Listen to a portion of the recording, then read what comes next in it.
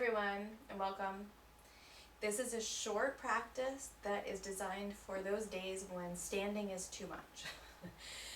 It's an all on the ground practice, and it's not a restorative practice. We are going to stretch and move, but it's a little less energy required than a standing practice. I find that I often do a practice like this if I just really am hesitant to get on my mat. It can be the thing that once I actually do these few floor stretches, then I'm excited to get up and move, and sometimes I realize, no, I am really tired and I need to go have a nap. So it's kind of a way of getting some movement in and checking to see where my energy levels really are. You're gonna start in a cross-legged seat, hand on the belly, hand on the heart, because we always want to connect in before we do anything else. You're just going to take 3 breaths here, breathing in through the nose and out through the nose.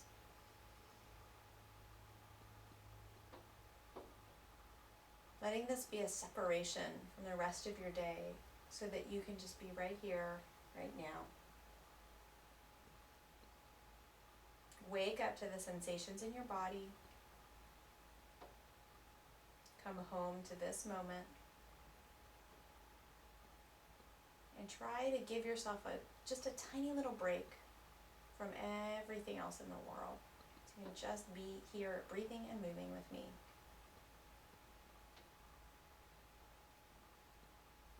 Okay.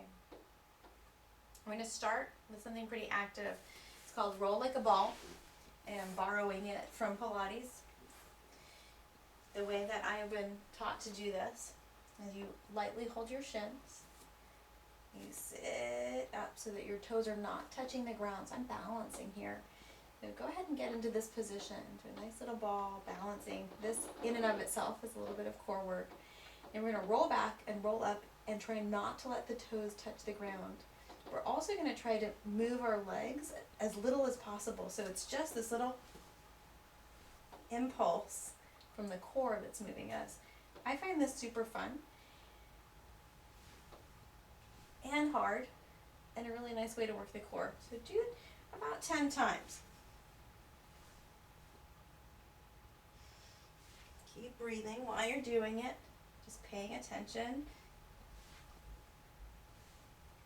It's kind of settle. Ooh, I touched the ground, it's totally fine.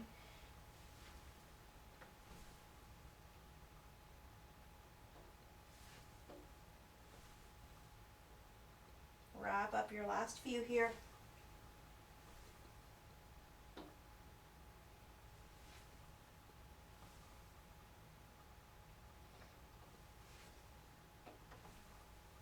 Okay.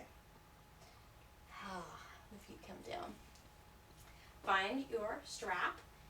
If you don't have a strap, you can easily use a belt or any really long piece of material. I have had students even use the edge of a blanket, kind of cozy. You're going to unwrap your strap and just have it nearby. The first thing to do here is to set the foundation of the pose, how you're touching the ground. So your feet are steady, in the same way we've been working. 4 corners of the feet parallel to each other. The ankles are right underneath the knees, similar to bridge. Now here, the low back is going to have enough space that you could fit maybe your hand underneath, or maybe just even some fingers if you needed to. But what it isn't is curled under like this, with the tailbone scooping and the belly pressing to the ground. You don't want a flat back here. You want it to be in its natural curve. Then you're going to take your right leg high and place the strap around the gas pedal part of the foot, right, the ball of the foot. Let your arms be long. Right. One thing I tend to see students do here is like they're holding on for dear life. That's just so much tension in the arms. So just let your hands be where they are. Let your arms be long and shoulders soften. So it's really just the weight of your arms that are holding your leg there. You can spread the toes. 4 corners are touching evenly. Now if your foot is straight up, you can imagine that you're like balancing a tray there, and maybe the tray has something delicious on top that you don't want to have fall on you, right? For some of us, if we have tighter hamstrings, it's going to be more like down here.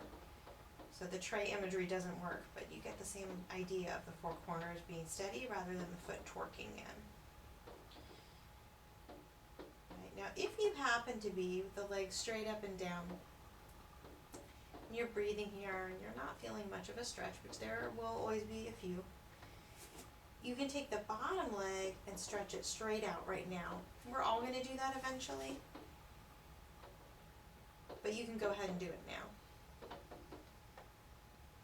Breathing here, shoulders just having their weight, finding just the right place to work. The bottom leg is active here, it's not asleep. My toes are spread, foot is flexed like I'm stamping on the wall. Breathe a couple more breaths here. Soft jaw, soft eyes. And our body just needs to be able to stretch this tension out. Okay, now I'm going to take both straps and bring them over to the right hand. If you had your knee up, now you're going to join us by straightening. That does intensify it, so you might have to move this leg down a notch. You might surprise yourself. You're going to take the left hand and place it right on the hip.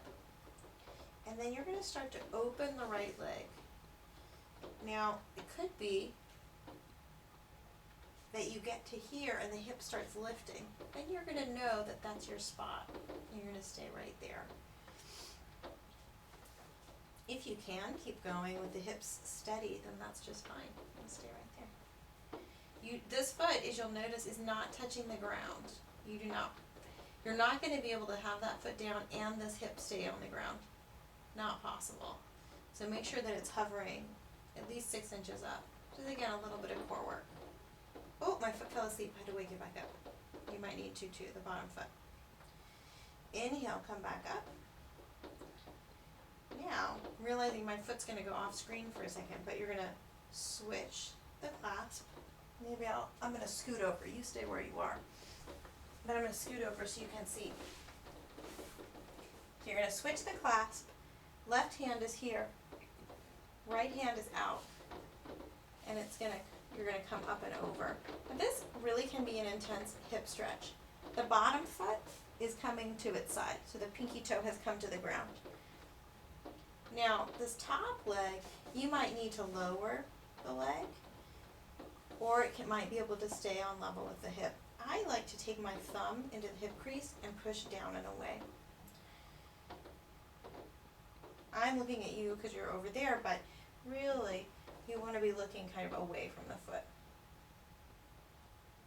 Getting right deep into the hip.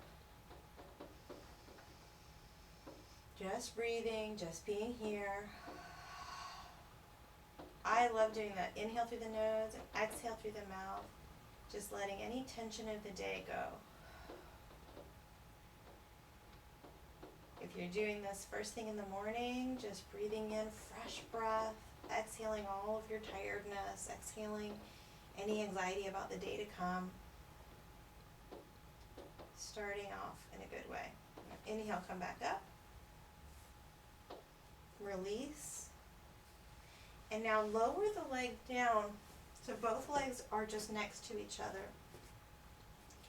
And just turn on your inner awareness and feel what your right side feels like and feel what your left side feels like. That wasn't too long in those stretches, just a few minutes really. And feel you've changed your body. You can see that when you compare the two sides. What has changed? You don't have to write a dissertation about it in your mind. Just take notes.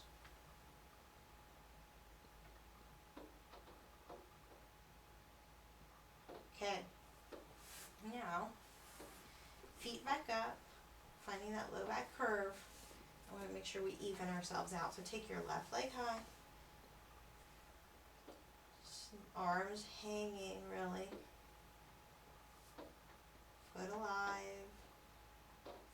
shoulders working. Just a few deep breaths. Just being right here, right where you are.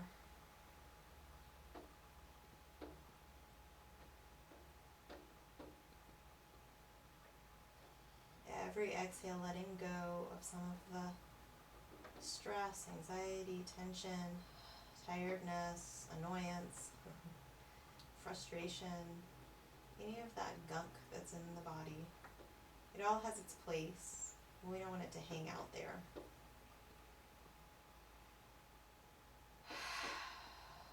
So I feel when I take a full breath in and I have the intention to let that go and I breathe out through the mouth really strongly, I do feel that energy leaving my body. Play with that for yourself.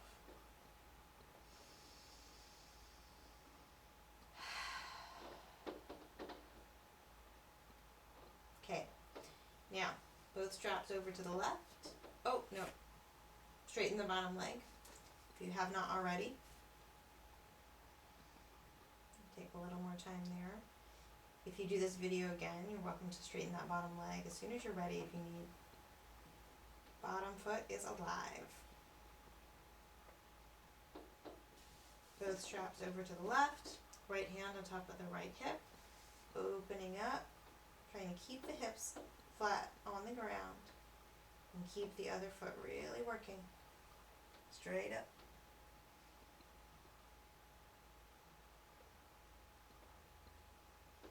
And inhale, come up. Hold the straps with the right. Left arm comes out and open. And then twist. I'm going to press down this hip because I did it on the other side. Bottom foot can roll onto the pinky toe. Totally fine.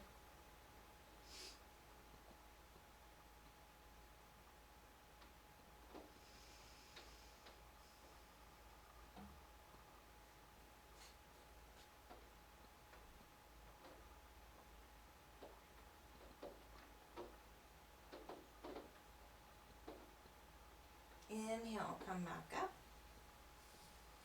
And release. Strap to the side. Hopefully that feels, oh yeah, a lot more even. Feels more even to me for sure. Take one big breath here.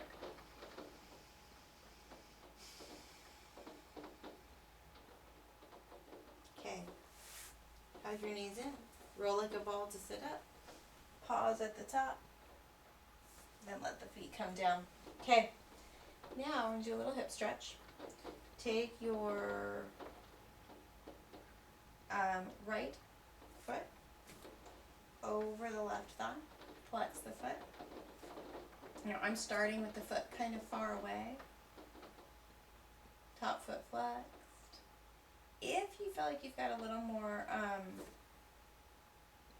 little more room for a deeper sensation, you're going to bring the foot in. Yeah, if you haven't gotten quite to the edge yet.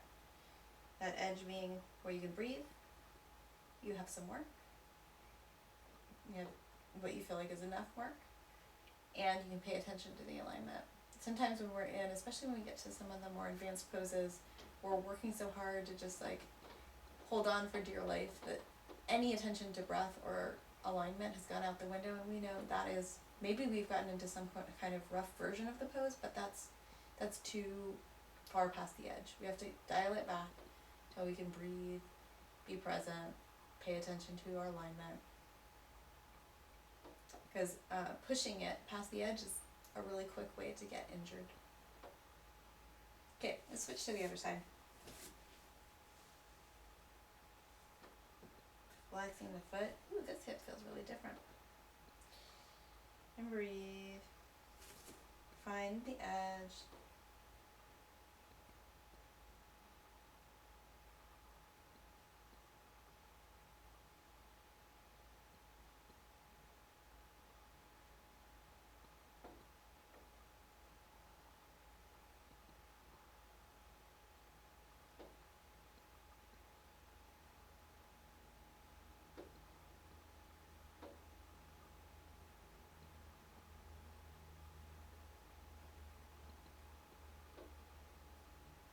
Okay, release.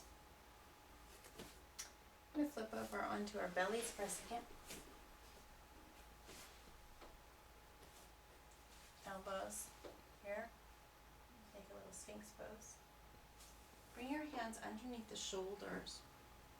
Move forward just a bit. Point your toes straight back. Right. Lift the shoulders. Reach out the toes. Curl up for cobra. Shoulders reaching back. Head long. Four corners of the hands steady. And breathe.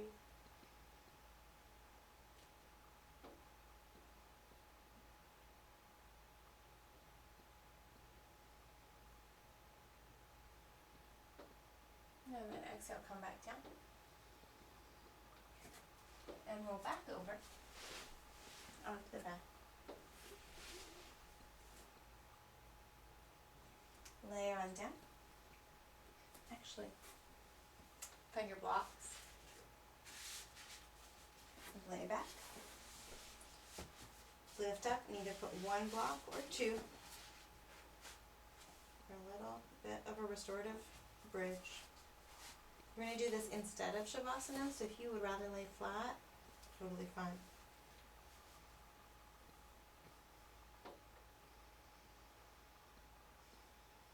If you would like something a little more active to do here, so Shavasana is an option.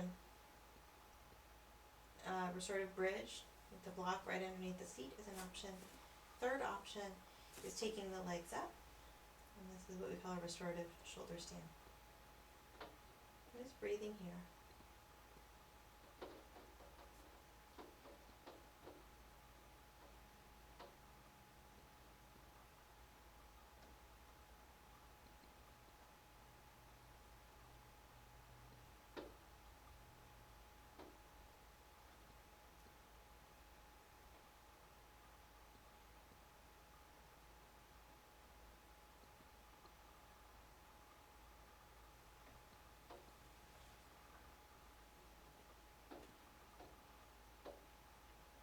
If you're in that restorative shoulder stand, bring your legs down whenever you need to.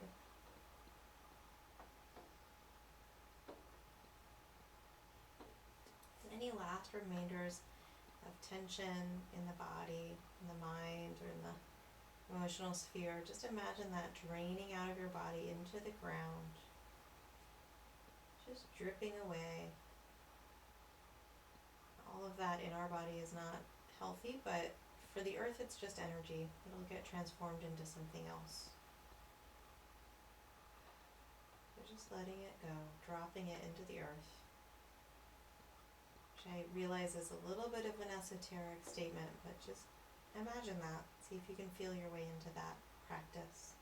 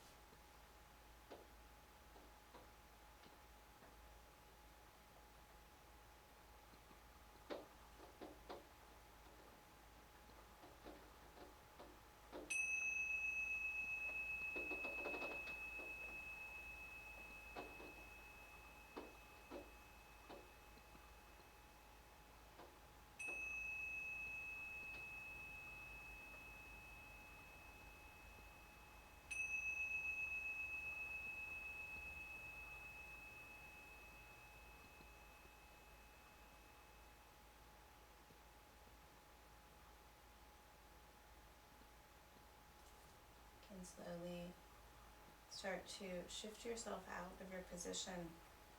If you're in the restorative bridge, lift your hips, take the block out of the way. If you're in Shavasana, just fold your knees into your chest. And everybody go ahead and roll over onto the right side to come up to sitting.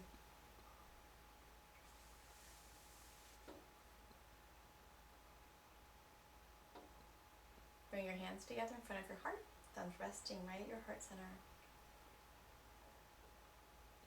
Just honoring your body and your breath in whatever way that feels authentic for you.